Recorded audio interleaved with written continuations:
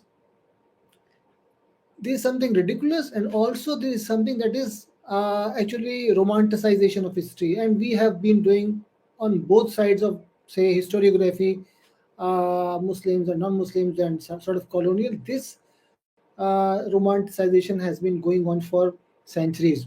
So I don't take an exception to what Muhammad bin Qasim was actually done, but the entire credit for sin's invasion by Muhammad bin Qasim goes to, usually it goes to, and our historians tend to give the complete, say, credit to Muhammad bin Qasim himself, who was a boy of 17 years. I mean, very young man. So who was behind him? Who was actually pushing him? Who was managing him? When this comes,